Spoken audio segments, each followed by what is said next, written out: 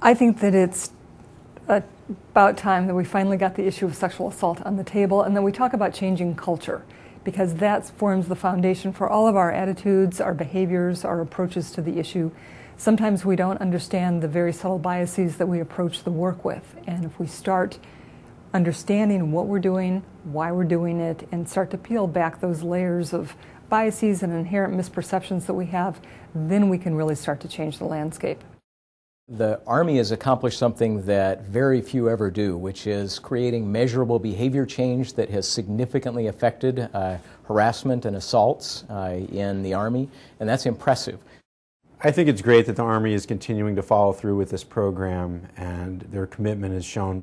They're trying to do something quite momentous, which is to change the culture around issues of sexuality and sexual assault. And given how deeply ingrained those things are in the broader culture, the Army is taking on a momentous task, and I've actually been impressed with their commitment to it.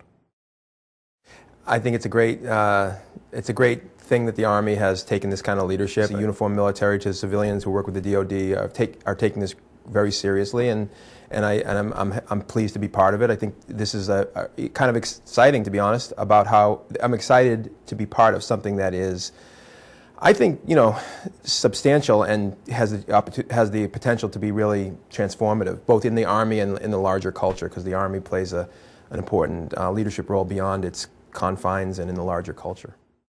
I'm impressed by the fact that the Army is sustaining this effort, that each one of these summits underscores that, and also it deepens the commitment of the Army to not only responding to victims and responding to offenders, to hold offenders accountable, but to also commits the Army to the very difficult, long-term, sometimes painful process of changing the culture of the Army.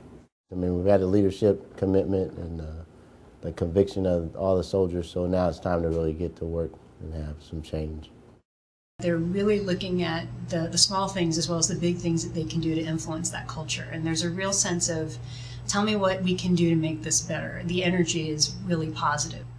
You've got subject matter experts from different areas basically saying the same message. We've got to change. We've got to change the culture. But it's also a very positive message that we're already changing the culture and highlighting the ways that we're changing the culture really ahead of some of our civilian counterparts and agencies.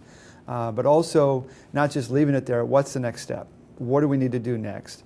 And giving some real concrete information, concrete ideas, and also the reinforcement that we've got to practice this over and over again to get it right.